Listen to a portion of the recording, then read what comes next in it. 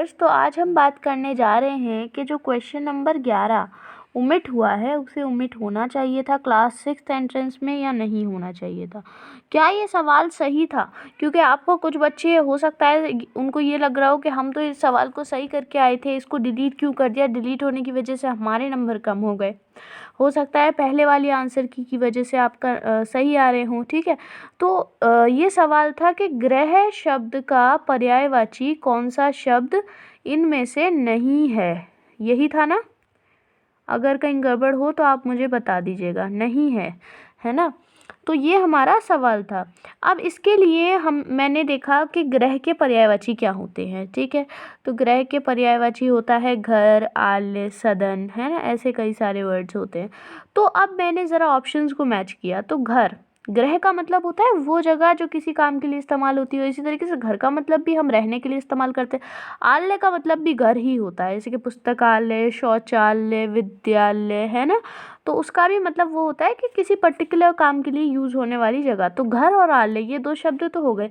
फिर आया सारंग। तो सारंग शब्द का अर्थ होता है फुल ऑफ कलर्स, यानी रंगों से भरा हुआ, है ना। तो फुल ऑफ कलर्स और घर का तो कोई लेना देना है नहीं, आपस में ये सिनोनिम्स है नहीं। तो देखा जाए तो ये जो ऑप्शन सारंग है इसे इसका आंसर होना चाहिए था, क्योंकि यही अकेला वर्ड है जो पर्यायवाची नहीं है।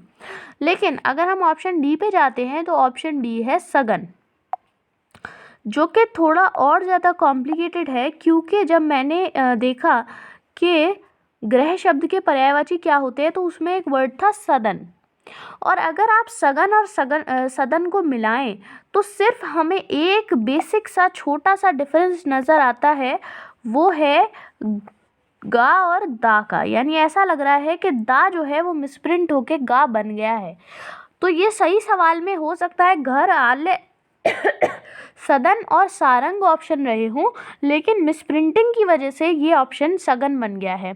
आप में से कुछ लोगों को ऐसा भी लग रहा होगा कि शायद ये सघन शब्द का कोई लेना देना जो शगुन जो वर्ड है उससे है, पर ऐसा नहीं है। ये सदन का डायरेक्ट मिसप्रिंट होकर सघन बन गया है। तो ये क्वेश्चन बिल्कुल 100% सही डिलीट हुआ है, क्योंकि इसमें इसमें मिसप्रिंटिंग की प्रॉब्लम है। ठीक है, और मिसप्रिंटिंग की प्रॉब्लम एक करेक्ट रीज़न हो सकता है किसी भी क्वेश्चन के डिलीट होने में।